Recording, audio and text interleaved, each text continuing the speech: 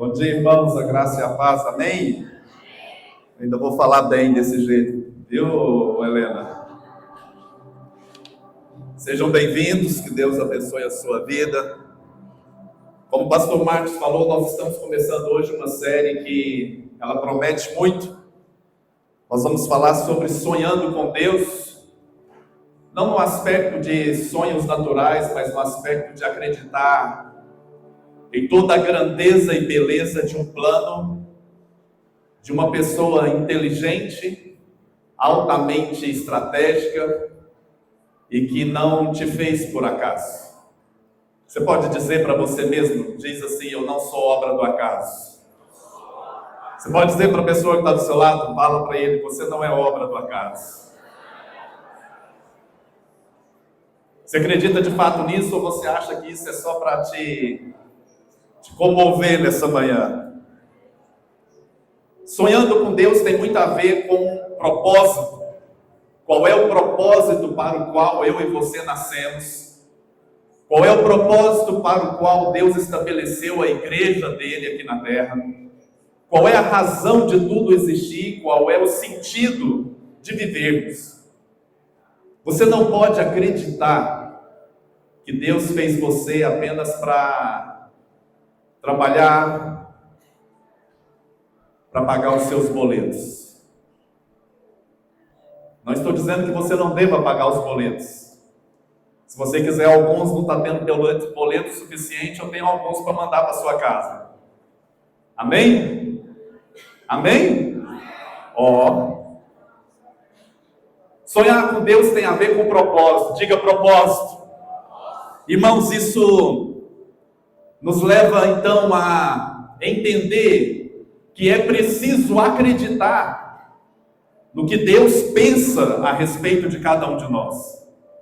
É preciso que eu e você então tenhamos uma consciência primeiramente muito clara do que Ele espera de nós, e depois nós precisamos então acreditar naquilo que Ele espera de nós. Uma coisa é você sonhar, uma coisa é você entender que Deus teve um sonho, mas se você não acreditar que você faz parte desse sonho e que Deus quer que você participe desse sonho com Ele, é apenas um sonho. E aquilo vai ficar apenas na lembrança. O pessoal dos Youngers pode descer para o seu culto ali com o Charles e a Camila. Queria ler um texto, Atos capítulo 2, verso 17. Eu vou começar a falar algo aqui que pode ser que eu não consiga terminar. Eu vou construir aqui, então, uma linha de pensamento. E eu preciso que você guarde muito que nós vamos falar aqui, porque nós vamos precisar disso nas próximas palavras. E eu queria que você, então, entendesse a essência daquilo que Deus quer nos ensinar nesses dias. Atos capítulo 2, verso 17. E acontecerá nos últimos dias, diz o Senhor, que derramarei do meu espírito sobre toda a carne. Vossos filhos e vossas filhas profetizarão, vossos jovens terão visões e sonharão vossos velhos. A gente precisa entender primeiro o contexto dessa passagem, porque se na sua Bíblia física aí, porque a maioria das Bíblias por aplicativo, elas não trazem essa divisão, mas na sua Bíblia física, se você tiver, possivelmente vai estar falando sobre o discurso de Pedro. Pedro, então, ele vai fazer um discurso logo depois que Jesus, ele passa pela ressurreição, e os discípulos, então, começam a inaugurar uma nova era, um novo tempo, uma nova estação. E Pedro havia sido despertado por Deus para receber uma revelação do que seria a igreja de Deus. Pedro, então, ele está citando aqui uma passagem do livro de Joel, e aí a gente precisa entender que o livro de Joel está lá no Velho Testamento, quando Joel está profetizando algo que também aconteceria na vinda de Jesus. Então Joel também estava profetizando um novo tempo e uma nova estação. E aí Pedro então faz esse recorte da palavra de Joel, e ele traz então agora para essa declaração. O que eu e você precisamos entender, irmãos, é que em todo momento da história, quando Deus está trazendo uma nova estação, Ele vai nos fazer lembrar do sonho dele para nós. Ele vai nos fazer ter a convicção de que um dia Ele sonhou conosco, e um dia Ele nos colocou inseridos dentro desse sonho. E eu quero então aqui avançar em cima disso. Amém? Pedro então ele cita essa passagem de Joel, aonde ele fala que vossos filhos e vossas filhas profetizarão, vossos jovens terão visões e sonharão vossos velhos.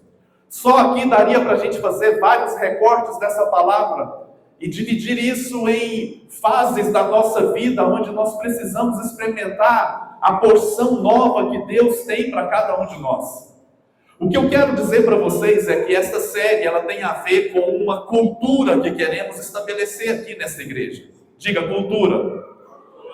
Cultura não é algo que se estabelece do dia para a noite, não é algo que se estabelece com uma palavra. Já desde o ano passado, nós estamos mencionando uma série de afirmações, de decretos, aonde nós queremos construir aqui uma comunidade profética. E nessa comunidade profética, nós entendemos que nós fomos chamados para sermos abençoadores de pessoas.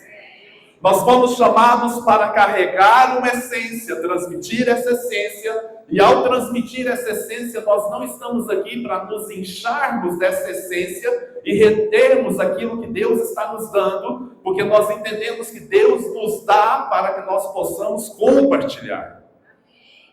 E eu quero dizer para você que você tem toda a liberdade de ser um profeta na vida da pessoa que está do seu lado. Mas nós não estamos falando daquela onda profética que vivemos no passado, aonde as pessoas apontavam talvez os erros, apontavam talvez situações da vida da pessoa como algo tão sobrenatural. Nós estamos falando de um mover profético onde a própria palavra se encarrega de se fazer cumprir na vida da pessoa.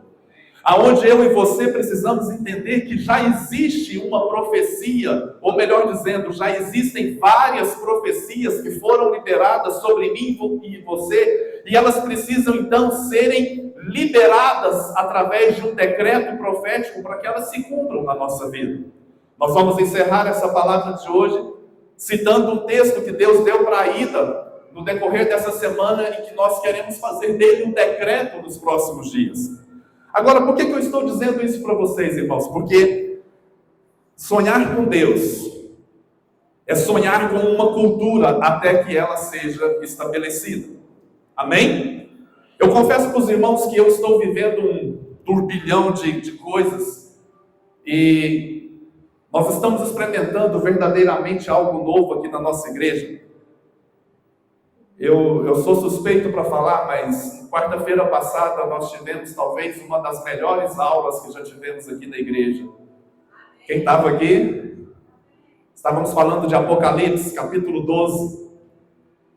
E é tão interessante que quando você vai estudar Apocalipse, muitas pessoas querem decifrar códigos, querem decifrar quais são os significados dos 7 chifres, das 7 bestas, das 7 trombetas, dos 7 selos.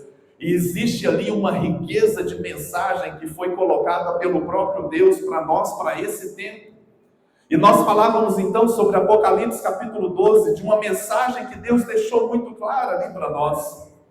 E eu quero que você entenda que a nossa missão como crentes, irmãos, não é participar de uma comunidade simplesmente porque fomos salvos do pecado, fomos salvos de um mundo que tem talvez assediado a muitos, que talvez ainda tenha encantado a muitos, e nós não podemos nos dar ao direito de achar que somos melhores do que essas pessoas que ainda permanecem no mundo.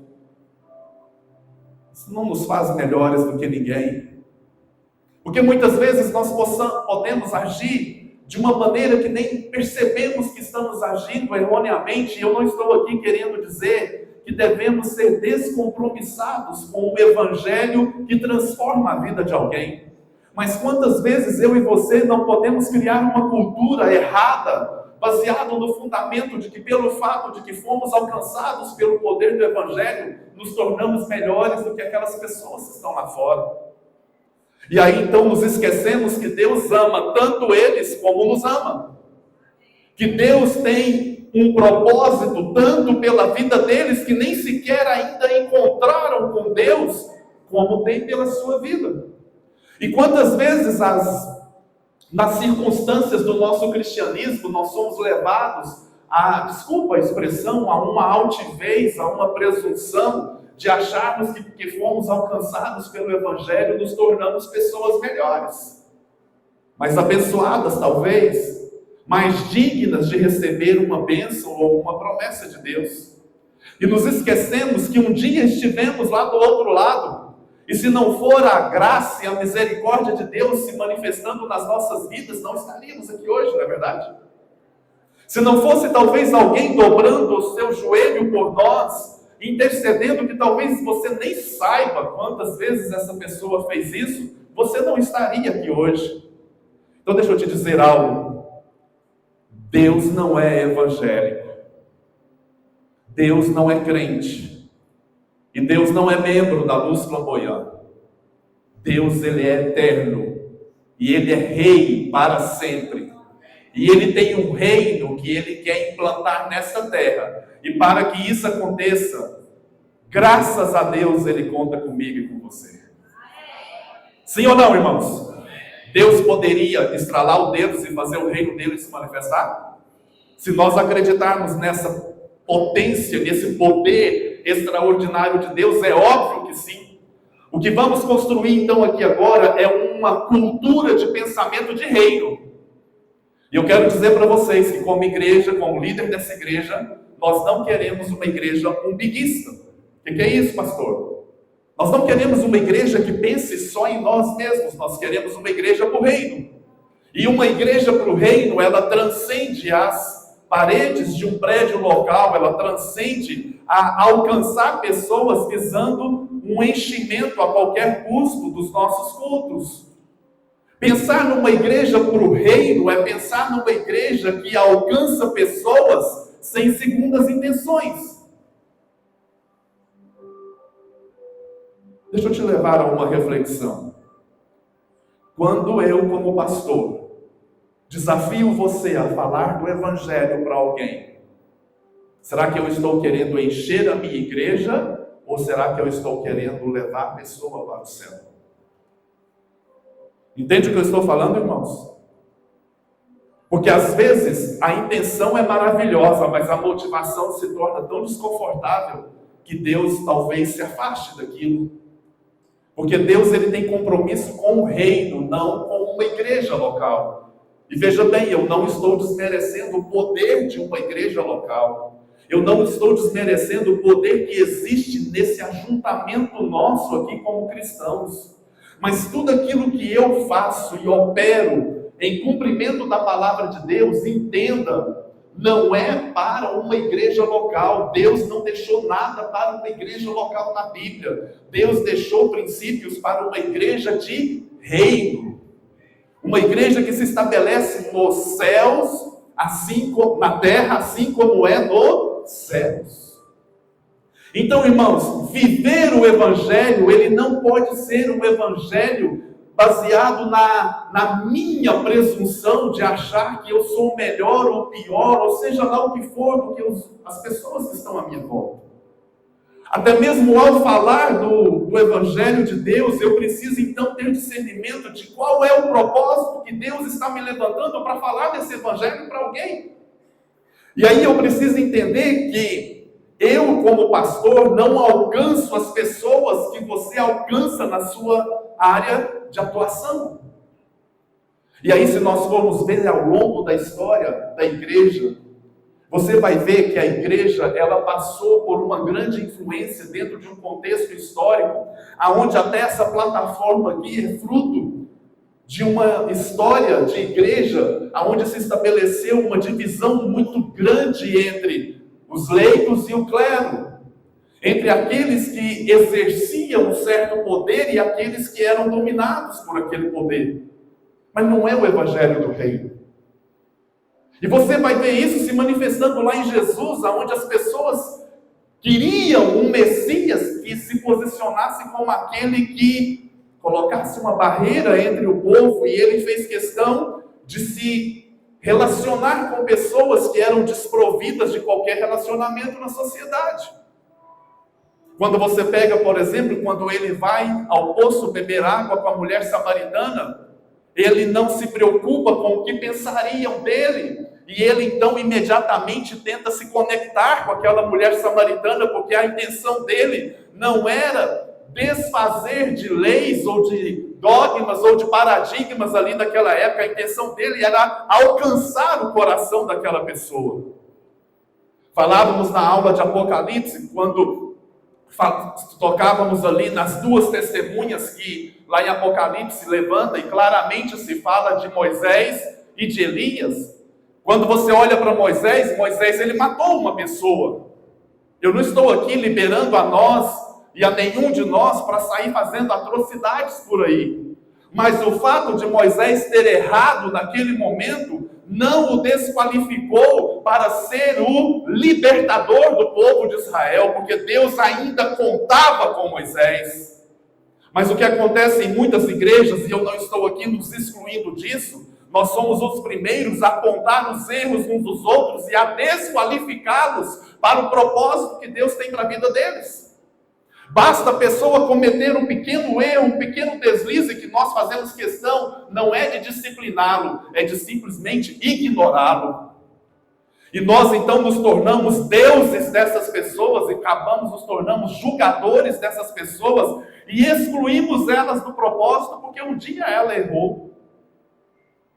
E eu fico imaginando Jesus num momento como esse, se ele apenas não estaria rabiscando algo no chão e dizendo: aquele que nunca errou, aquele que nunca deslizou, seja o primeiro a pegar o microfone e anunciar então um novo evangelho. Entenda, eu não estou dizendo que temos permissão para viver em pecado. Eu não estou dizendo que temos permissão para permanecer no erro. Mas eu estou dizendo que se errarmos, não perdemos o propósito para o qual nascemos. Entende a diferença, irmãos? Se errarmos, não somos rejeitados por Deus e esquecidos por Deus. E talvez você já fora ferido por muitos líderes, e eu quero aqui ter a ousadia de me colocar na posição desses líderes e dizer para você: nos perdoe. Nos perdoe, porque talvez numa ânsia de querer viver um evangelho tão intenso, nós podemos ter cometido erros, nós podemos ter cometido falhas com muitas pessoas que nós simplesmente expulsamos do nosso rebanho porque nós achávamos que eram então desqualificadas, quando na verdade esse lugar deveria ser um lugar de preparação para um propósito. Diga: preparação para um propósito. E aí, quando a gente olha para o Jardim do Éden, nós acabamos então transferindo a igreja para esse mesmo cenário. E parece que igreja é o seguinte: é um lugar perfeito, é um ambiente tão legal, é um ambiente tão propício, onde você erra a semana toda, chega no domingo, você é acolhido naquele ambiente, está tudo bem, mas depois você volta à sua vida normal, que é uma vida longe do propósito que Deus tem para você. O que Pedro então vem trazer como resgate dessa palavra de Joel é: vocês precisam voltar a profetizar numa nova estação vindo para vocês. Vocês precisam acreditar que sonhos Deus está colocando de volta no coração de vocês. E a esperança de uma obra messiânica acontecendo na minha vida e na sua, ela precisa ser verdadeira e real. Isso não é um sonho distante. Você pode dizer amém por isso? Mateus capítulo 6, verso 10. Eu queria ler esse texto com você.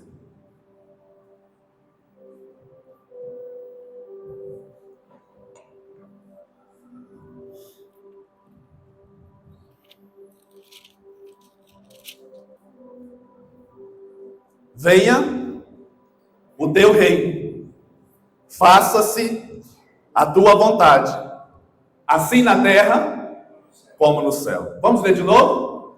Venha o teu reino, faça-se a tua vontade, assim na terra como no céu. Irmãos, nós precisamos entender algo. Essa oração foi a oração que Jesus ensinou aos seus discípulos, aonde ele estava dizendo: olha, eu vou ensinar vocês como é que vocês devem orar. Infelizmente, muitas pessoas pegaram dessa oração e fizeram dela a única oração da vida, mas Jesus estava ensinando um padrão, um estilo de oração. Será que Jesus ensinou os discípulos a orar: venha o teu reino, faça-se a tua vontade, assim na terra como no céu, preparando eles para um futuro, quando o Messias viria para trazer uma manifestação de glória através do arrebatamento da igreja? Porque muitas pessoas acreditam que venha o teu reino é algo futuro. E eu preciso que você entenda que venha o teu reino é para agora. O que Jesus estava querendo dizer para os discípulos era: vocês precisam entender que através da oração, vocês têm o poder de atrair o reino dos céus para a terra. Você não está entendendo o que eu estou te dizendo? Jesus estava ensinando ali: olha, eu vou ensinar vocês como orar. Pai nosso que estás no céu. Primeiro, um resgate de paternidade. Santificado seja o teu nome, segundo o estilo de vida que eu e você precisamos ter. Terceiro, venha o teu reino, faça-se a tua vontade, assim na terra. Ou seja, na terra a vontade de Deus vai ser feita como ela deveria ser feita no... Isso é para agora, irmãos. É hoje, é nesse exato momento. Eu e você precisamos entender que o propósito de Deus em estabelecer a igreja nada mais é do que trazer o reino dos céus para a terra. Como que você faz isso, pastor? Nós vamos caminhar então, e aí nós vamos entender que nós estamos num processo. Você vai ver ao longo da Bíblia que depois Deus vai falando o seguinte: olha, vocês devem curar os enfermos, vocês devem abençoar as pessoas, vocês devem fazer milagres, vocês devem cuidar dos pobres e das viúvas. E para muitas pessoas essa se tornou então a missão maior. Mas essa é a missão secundária. Qual é a missão maior? Venha o teu reino, faça-se a tua vontade no céu, na terra como no céu. Para nós entendermos então esse propósito, eu quero ir lá no começo de tudo, Gênesis capítulo 1, verso 28.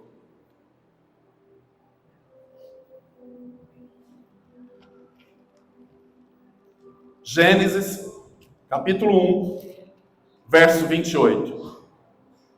E Deus os abençoou. É a primeira menção de uma bênção de Deus sobre o homem e a mulher. E isso tem um significado muito importante. É a primeira menção da palavra abençoado seja você. Como foi que Deus abençoou então o homem e a mulher? Estão nas palavras seguintes. Quais sejam? Sede fecundos, multiplicai-vos, enchei a terra, sujeitai-a e dominai sobre todos os seres da terra. Então entenda algo muito importante, irmãos. Quando Deus formou o homem e a mulher, Ele não estava olhando especificamente para Adão e Eva. Ele estava olhando para mim e para você, é a humanidade. Quando Deus então forma o homem e a mulher, Ele libera uma bênção sobre o homem e a mulher que estava relacionada com uma posição desse homem e a mulher. Primeiro, diga, frutificai. É eu e você levar uma vida aonde os nossos trabalhos, aonde aquilo que realizamos no nosso dia a dia contribui para o bem-estar geral da terra. Você acha que alguém planta um pé de manga só para ele? Você acha que alguém planta uma jabuticabeira só para ele, por mais guloso que ele seja? É para abençoar outras pessoas. Então, quando a Bíblia fala que eu e você precisamos frutificar, nós precisamos entender que passa pelo nosso propósito de sermos filhos de Deus, abençoar pessoas. Você nasceu para abençoar pessoas. Aí você fala, mas eu estou muito mal, eu estou passando por uma situação difícil, eu não dou conta. Deus te fez para você ser um abençoador de pessoas. Amém, irmãos? Por mais que você não esteja no seu dia legal, e eu vou te dizer uma coisa, é nesses dias que normalmente Deus mais nos usa, porque é onde nós não dependemos da nossa força, mas dependemos dele para nos fazer viver aquilo. Segunda coisa, multiplicai-vos. Muitas pessoas acham que isso estava relacionado apenas em Adão e Eva terem filhos, e isso também é verdade. Mas multiplicai-vos fala de vivermos um processo orgânico da nossa vida. Fala de nós vivermos algo que é uma consequência natural, aonde eu vou manifestar aquilo que me traz uma fertilidade, não para que eu tenha peso e responsabilidade, mas que eu tenha a alegria de ver que a bênção de Deus está se manifestando na minha vida. Terceira coisa, porque eu quero me ater na última, enchei a terra. Aqui já começa a definir qual era o propósito de Deus para aquela humanidade. Diga assim comigo, o jardim era o lugar perfeito, mas Deus não queria que tudo acabasse ali. E eu vou mostrar isso na próxima frase. Encher a terra, Deus não mandou eles encher o jardim. Deus mandou eles encher a terra. Você acha que Deus falou isso só para Adão e Eva? Adão e Eva teriam condições de encher toda a terra só por eles mesmos? É óbvio que não. Mas a última sentença que Deus libera com a bênção, ela é chave para nós entendermos. Sujeitai-a e dominai. Sujeitar, irmãos, vem de uma expressão militar, que ela tem o sentido de exercer o poder de conquista. E aí eu preciso explicar algo para você, que nós já falamos disso ano passado. Quando Deus formou o homem e Eva no jardim, só existia eles ali? O que vocês acham? Quem estava aqui na aula vai se lembrar. O que vocês acham? Só existia o homem, a mulher e a trindade, porque Deus diz assim, façamos o homem à nossa imagem e semelhança. Então naquele momento só existia Deus, o homem e a mulher na terra? Hã? Não. Tem um personagem muito importante que já estava aqui. Quem? Quem falou? Por isso que eu casei com você, amor. Você é uma mulher perfeita. O diabo já estava aqui, irmãos. O diabo foi lançado na terra antes da criação do homem e da mulher. Só que em momento nenhum Deus vira para ele, para o homem e para a mulher e fala, cuidado porque tem um inimigo lá fora. Cuidado porque tem um bicho papão lá que pode te pegar. Só que nós criamos esse evangelho. Não faz isso porque Deus te castiga. Não faz isso porque senão você vai sofrer. Porque nós criamos um evangelho do medo, ao invés do evangelho do reino. Sabe o que Deus queria ensinar para o homem e para a mulher? Venha relacionar comigo e não se preocupe com ele estar lá fora. Porque quanto mais você se relacionar comigo, mais poder e autoridade você terá sobre ele. E você poderá pisar na cabeça dele, porque a autoridade está na minha vida que passará para a sua vida. Só que o que o homem fez? Não deu conta de governar a si mesmo, perdeu o governo, e aí você sabe tudo que o pecado trouxe. Aí eu te pergunto, o plano de Deus acabou? Hã? Irmãos, Jesus não é um plano B de Deus. Porque tem muitas pessoas que acham que Deus fez o homem peca e erra, e aí Deus então se arrepende e fala assim, eu preciso pensar no plano B, e aí ele chama Jesus como plano B. Jesus não é o plano B, Jesus é o plano perfeito. Jesus é o plano perfeito. E aí eu quero ler um texto com você.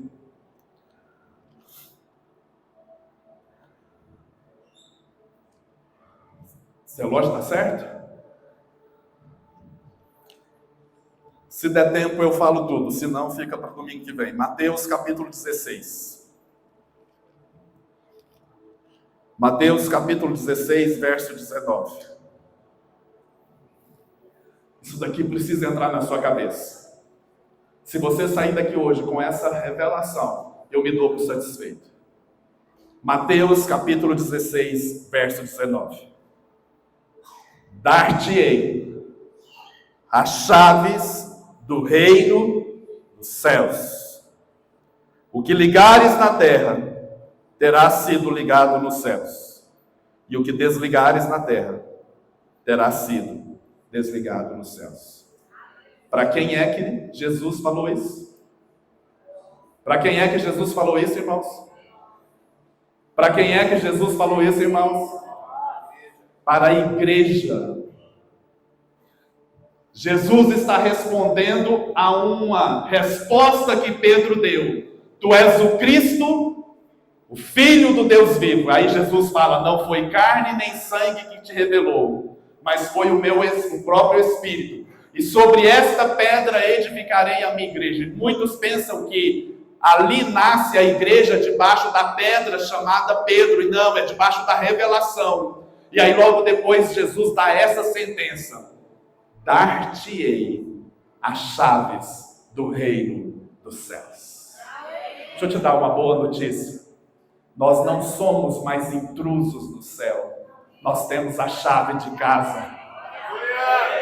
Nós temos a chave de casa. Você é como um filho para mim. Fica de pé. Quem não sabe, esse menino é como um filho para mim. Eu acompanho ele desde os 12 anos. Cadê o Danilo? Hã? Danilo, vem cá, Danilo. Passar vergonha em você. Quantos anos eu comecei a andar com você? Ele tinha 12 anos de idade. Quantos anos você tem hoje? 37 anos. Com quantos anos nós começamos a caminhar juntos? Quantos anos você está hoje? 37. Vocês dois têm liberdade de ir lá em casa a hora que vocês quiserem? Pois é, mas nosso relacionamento dá essa liberdade para vocês? Mas vocês têm a chave lá de casa? Heitor e Henrique, cadê vocês? Vem cá, passar vergonha em vocês também. Não, Heitor, não dá essa desculpa não.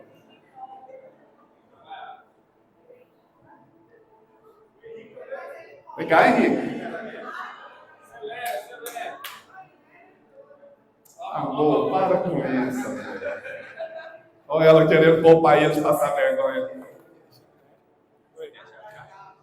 Quando eu falo, irmão, chega aqui. Quando eu falo que eu os tenho como filhos, eu os tenho como filhos. Mas esses dois são meus filhos verdadeiros. Vocês têm a chave lá de casa?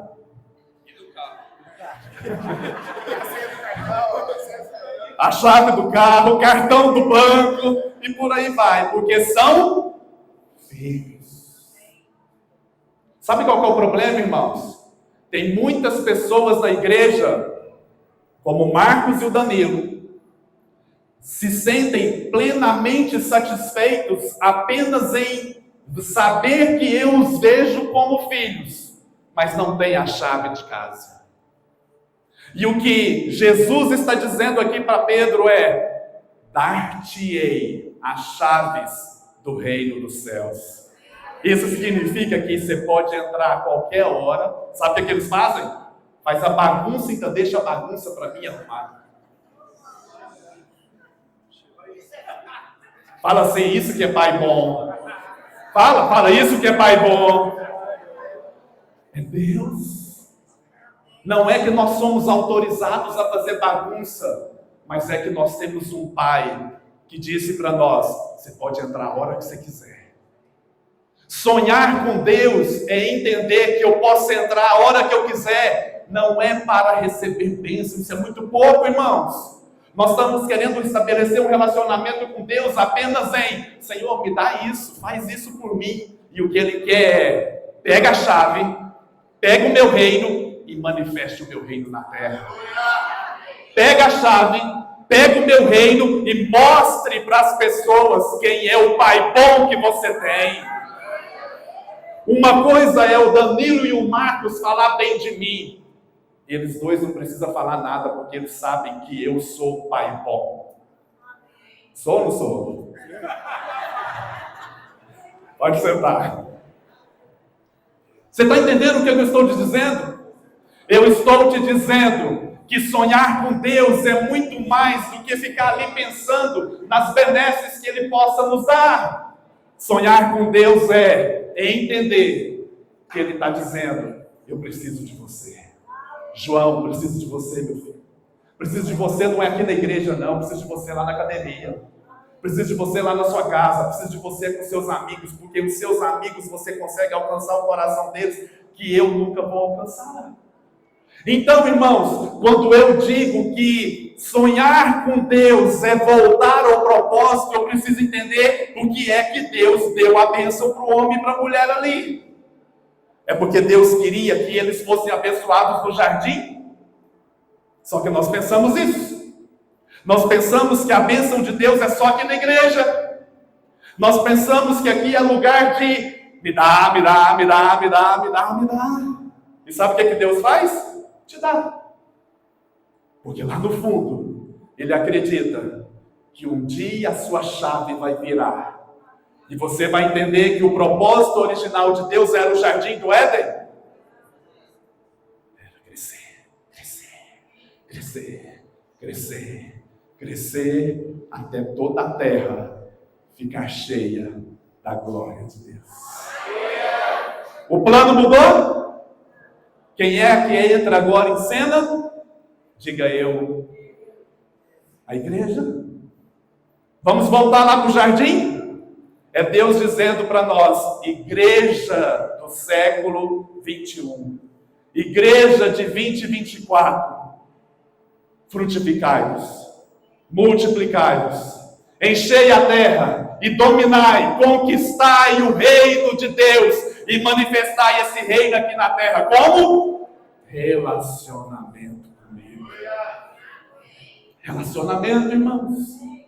E aí eu e você precisamos entender que sonhar com Deus primeiramente passa por entender que a primeira oração que Ele nos ensina é possível acreditar que eu fui chamado, mais do que receber bênção, eu fui chamado para atrair o reino dos céus na terra.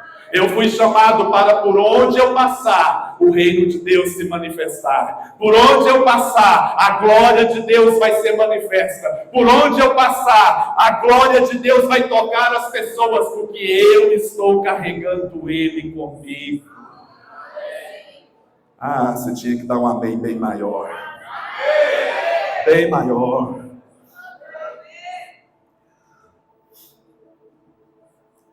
E aí, então, eu quero encerrar aqui por hoje.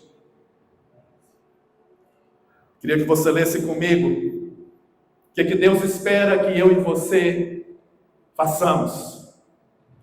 Romanos, capítulo 16, verso 20.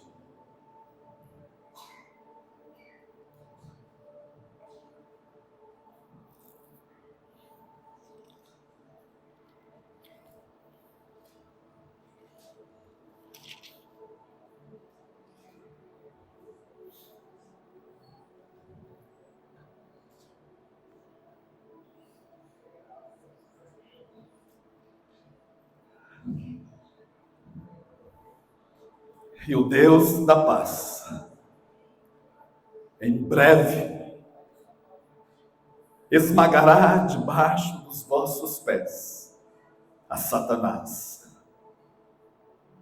A graça do nosso Senhor Jesus seja convosco. Sabe o que Deus está falando aqui, irmãos, através de Paulo, nessa carta aos Romanos? Deus não quer apenas te salvar. Deus não quer apenas que você vá para o céu. Deus quer que você traga os céus para a terra. Deus quer que você traga o reino dos céus para a terra. E isso é feito quando você entende que você foi colocado numa posição de autoridade e conquista. Quer que eu te prove? Sim? Efésios, capítulo 1.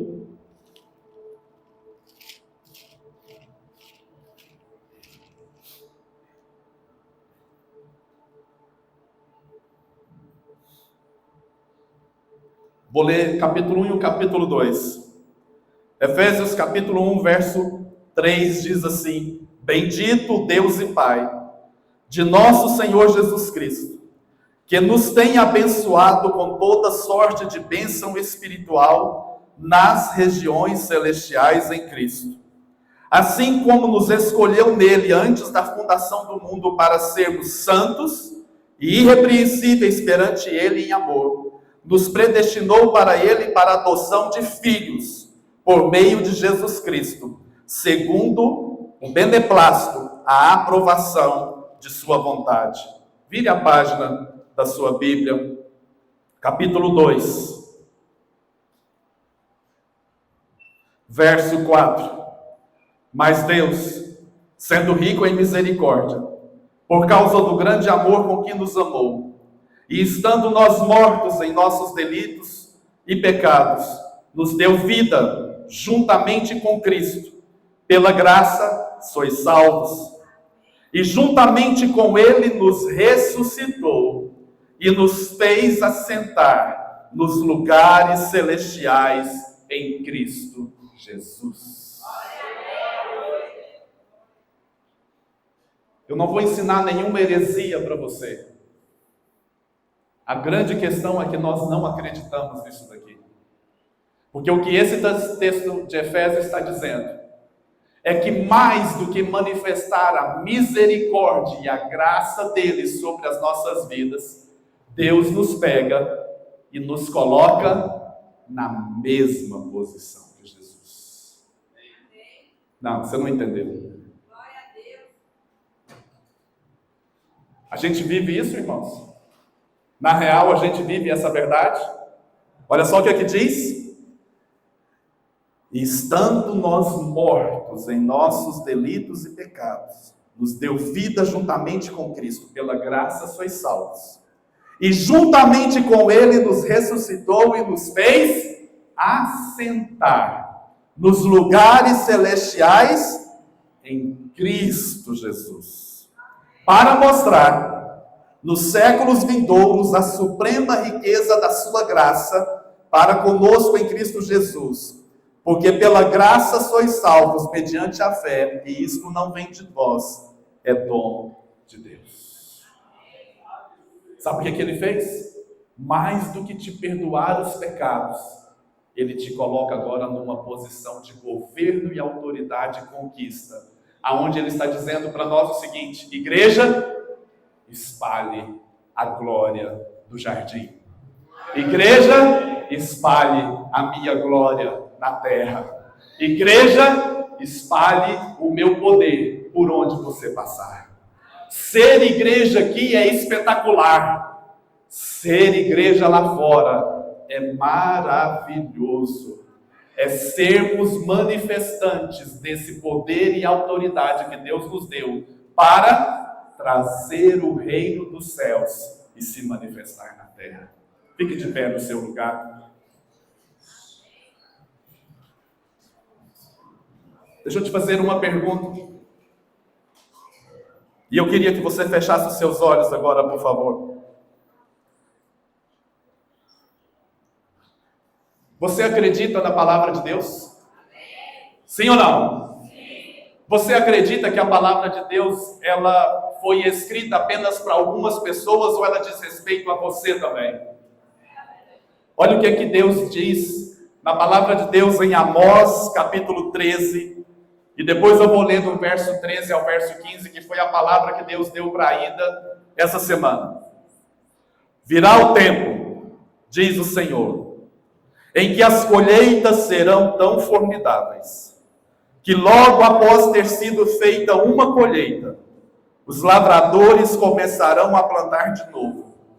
As vinhas plantadas nos montes de Israel produzirão tantas uvas, que o vinho vai correr à vontade de todas as coleiras. Vou ler agora na Bíblia a mensagem. Essa é uma palavra de Deus para mim e para você para esses dias. Essa é a verdade que não vai demorar muito. É um decreto de Deus. As coisas vão acontecer tão depressa que a sua cabeça vai girar. Uma coisa depois da outra. Vocês não vão conseguir acompanhar a rapidez. Tudo vai acontecer de uma vez só. E para qualquer lado que vocês olharem, verão bênçãos de Deus. Bênçãos como vinho jorrando dos montes e colinas. Eu vou consertar tudo de novo para o meu povo Israel. Eles reconstruirão suas cidades arruinadas, plantarão vinhedos e tomarão bons vinhos, cultivarão suas hortas e comerão verduras frescas. Eu os plantarei e vou plantá-los na sua terra, e nunca mais serão arrancados da terra que eu dei a eles. Você crê que essa é uma palavra de Deus para você? Erga suas mãos e diga: Senhor, eu creio nessa palavra. Eu creio nessa palavra. E eu quero fazer dela um decreto na minha vida. Eu quero fazer dela um decreto no mundo espiritual. Eu vejo pela fé o Senhor liberando o favor do Senhor sobre a minha vida, para que eu seja tão carregado de bênçãos, para que eu possa abençoar outras pessoas. Eu sou um abençoador de povos. Eu sou um abençoador de vidas. Eu sou aquele que carrega a glória de Deus comigo. Eu sou aquele que sonha com Deus. Eu sou aquele que sonha com Deus. Eu sonho os sonhos de Deus. Deixa eu te dizer algo. Deus está plantando sonhos grandes aí no seu coração. E Deus está me mandando dizer para você: Ele tem sonhos de realeza na sua vida. Ele tem sonhos grandes, reais, nobres. Ele está plantando na sua mente, no seu coração, sonhos dele. Eliane, tem mais ou menos um ano que Deus mudou a sua vida aqui nessa igreja, através da pesca maravilhosa, onde Deus falava do extraordinário. E o Senhor está dizendo que agora Ele vai acelerar processos, e Ele vai acelerar situações, porque sonhos que você está achando que são coisas da sua mente, é Ele mesmo que está plantando no seu coração. E o Senhor diz: prepare-se, porque eu vou acelerar as coisas, e você verá o cumprimento dessa palavra na sua vida, e naquilo que você tem recebido da parte do Senhor. Eu quero te fazer um desafio. Por favor, libere perdão se alguém um dia te machucou. Libere perdão se alguém um dia sufocou o projeto de Deus na sua vida. Por favor, libere perdão para líderes que talvez não te entenderam. Líderes que talvez te sufocaram e tentaram te prender. Porque Deus hoje está alargando as nossas tendas. Deus hoje está fazendo desse povo um povo abençoado, um povo abençoado, e Deus está dizendo para você: você vai se assustar com aquilo que vai acontecer na sua vida, você vai se assustar com aquilo que Deus vai operar na sua vida. Milagres estão sendo liberados, milagres estão sendo liberados. Se você crê nisso, diga: eu creio, eu creio.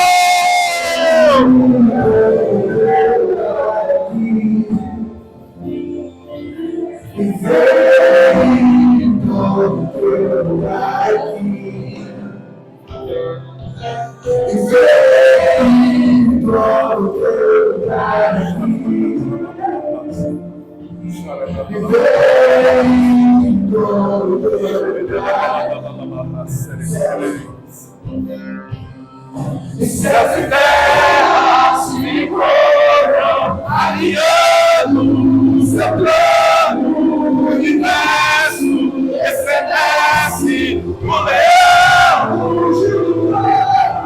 Céus e terras se cobram, alinhando seu plano. O universo estremece, o leão rugiu.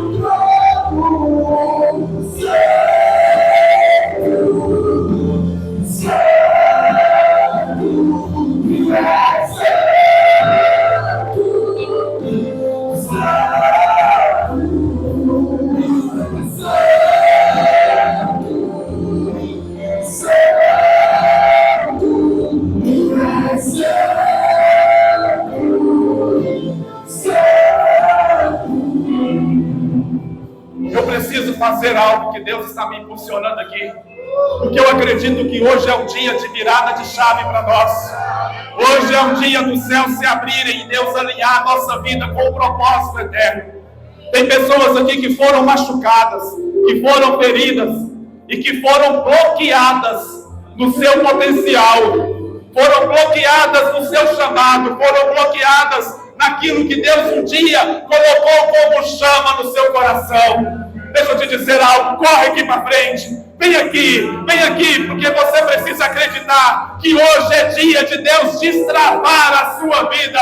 Hoje é dia do Senhor destravar você. Hoje é dia do Senhor operar um grande milagre na sua vida. Hoje é o dia do Senhor abrir os céus, do Senhor abrir os céus, do Senhor abrir os céus. Pai, em nome de Jesus Cristo, em nome de Jesus Cristo, em nome de Jesus Cristo. Ei! Oh Deus, em nome de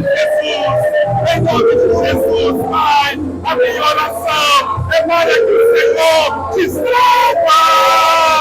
destrava o Lê, Pai, destrava o Lê, Senhor, e faça experimentar a grandeza do que o Senhor tem para ele, Pai, em nome de Jesus, em nome de Jesus Cristo, em nome de Jesus Cristo, Pai, eu trago os teus filhos para essa grandeza, eu trago os teus filhos para essa grandeza, e eu libero sonhos grandes, sonhos reais. O Senhor está te dando uma autoridade mais do que você imagina para novos projetos, para novas conquistas, e o Senhor estará colocando você no meio de homens grandes, de pessoas grandes, porque Ele está te dando inteligência. O Senhor está te dando inteligência, e você receberá direto dele. Oh Deus, libera esse fogo sobre o teu filho, Pai. Libera esse fogo sobre o teu filho, Pai. Em nome de Jesus. Em nome de Jesus. Oh Jesus. Espírito Santo de Deus. Pai, eu coloco os teus filhos diante do Senhor.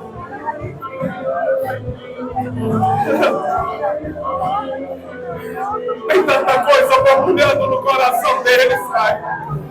Tem tanta fome, tem tanto desejo, tem tanta paixão que o Senhor está trazendo agora, Pai. É como se eles estivessem como aqueles discípulos no caminho de Emaús, dizendo: porventura não nos ardia o coração quando o Senhor começou a falar essas coisas. E o Senhor está trazendo vocês para uma nova estação, trazendo vocês para algo novo, trazendo vocês para permitir que o fogo arda novamente no coração de vocês, que o fogo arda novamente no coração de vocês. Oh Deus, oh Senhor, faça um milagre na vida dos teus filhos nessa manhã, Pai. Faça um milagre, ó Deus. Faça um milagre.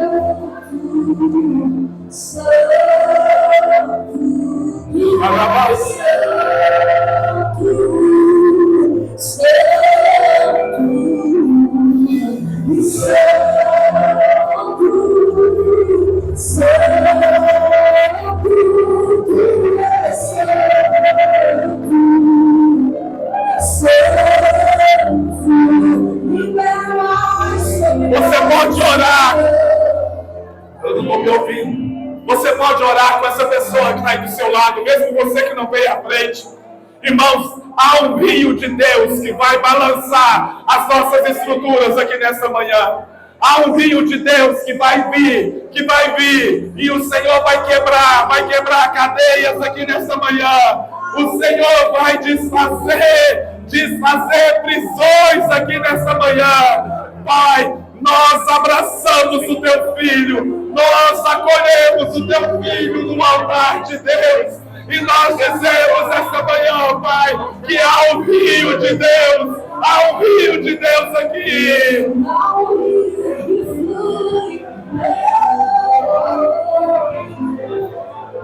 Quem já pisou no Santo dos Santos?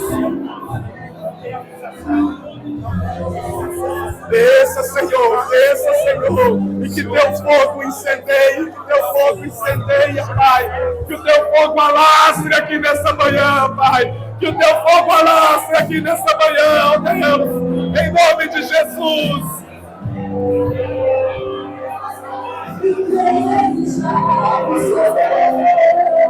Ó Deus, não há outro lugar.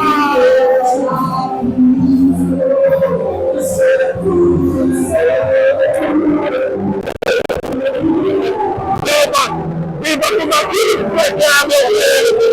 Viva com aquilo que você deseja! Deus vai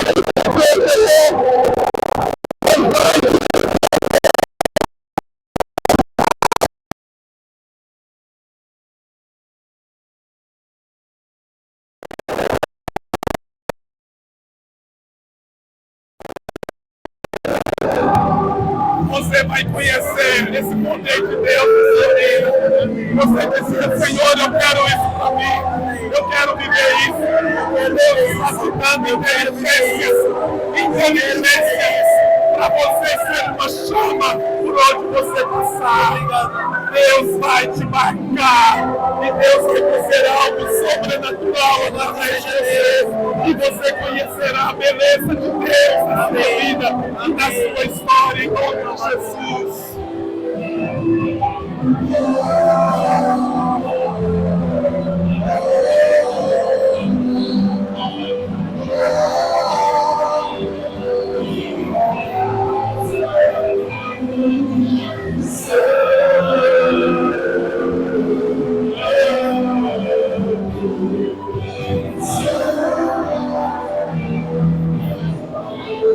Deixa Deus te usar. Deixa Deus te usar.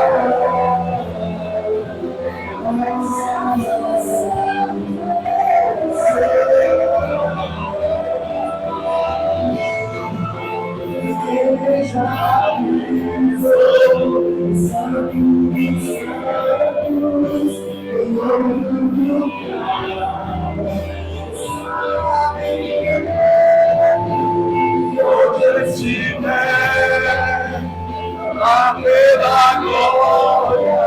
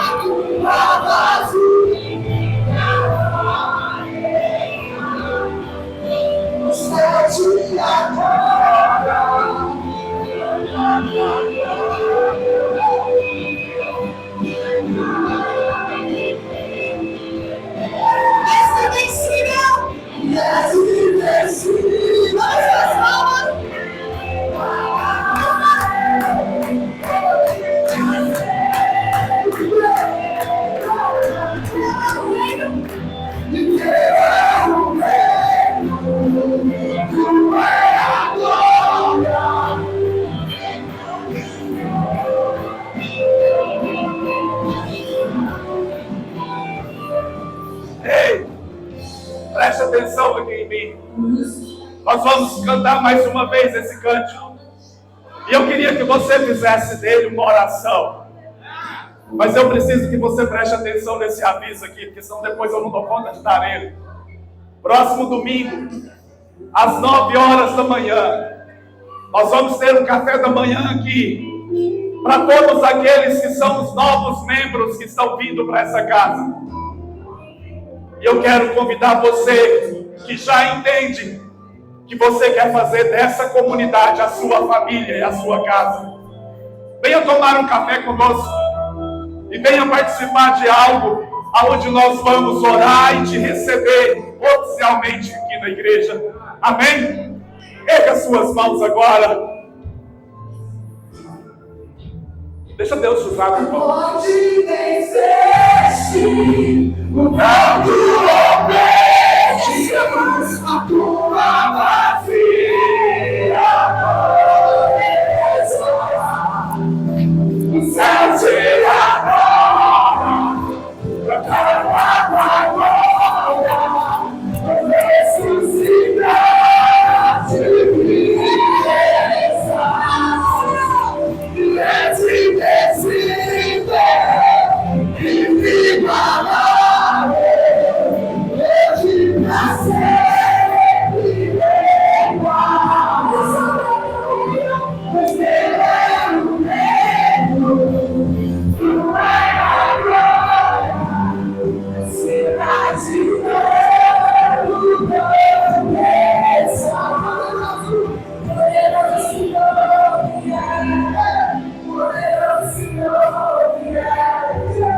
o nome de Jesus, poderoso nome,